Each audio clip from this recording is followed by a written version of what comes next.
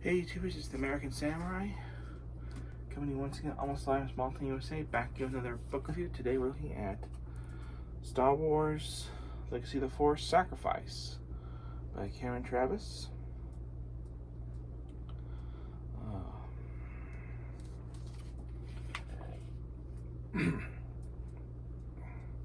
Civil War rages as the Galactic Alliance led by Cal Mas and the Jedi forces of Luke Skywalker battle a federation of breakaway planets that rally to side of the rebellious Corella.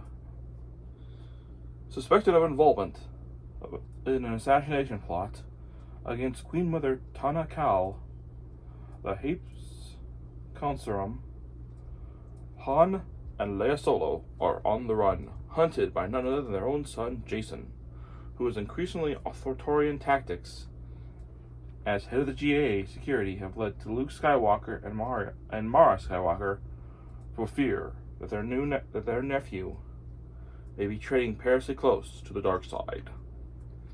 But as his family sees in Jason the chilling legacy of his Sith grandfather, Darth Vader, many of the frontline troops adore him. Countless citizens see him as a survivor. The galaxy has been torn apart by too many wars. All Jason wants is safety and stability for all, and he's prepared to do whatever it takes to achieve his goal. To end the bloodshed, suffering, and suffering, what sacrifice would be too great? That is a question tormenting Jason.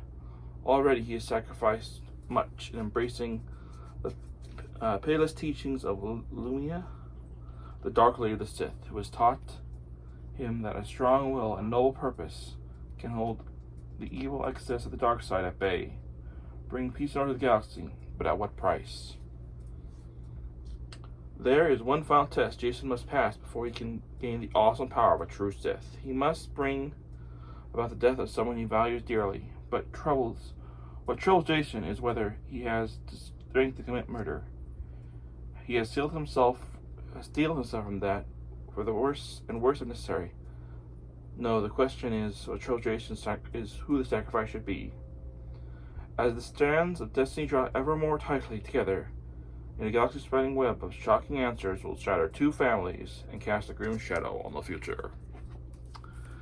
Okay, this is the first Star Wars novel that I've read all the way through. I've actually had this book long before I was ever on YouTube. I only recently got back to Star Wars and had any desire to read it. So I'm coming in essentially what is I would guess would be movie quotes, coming in somewhere near the 5th installment without having seen the 3rd. Basically, coming in the middle of any Star Wars saga and any one of the either the prequel or the sequel trilogy or the original, having no knowledge of the previous stuff.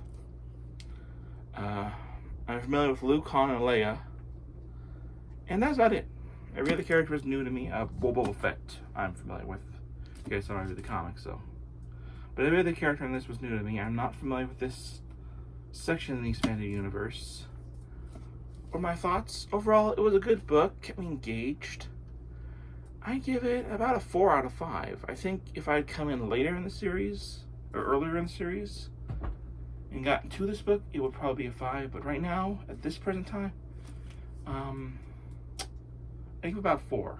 We'll see if at some point in the future that changes, but that's my view on this. And if you guys are wondering what I'm reading next,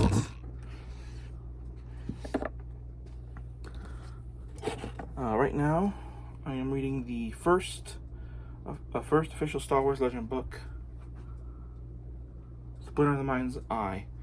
I'm approaching this as essentially, the way I figure there's 2 ways you could approach this book, and I'm approaching it one way, as either a what if that happens in another dimension that's not chronological to the actual Star Wars dimension, or as it was when it was written, that New Hope only exists and this is from there on. I'm going with, since Star Wars is Marvel, that Splinter of the Mind's Eye is essentially a what if in the Star Wars universe. You know.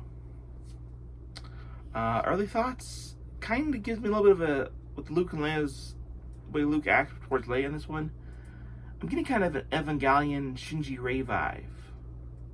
I don't know if I'm the only one that thinks that.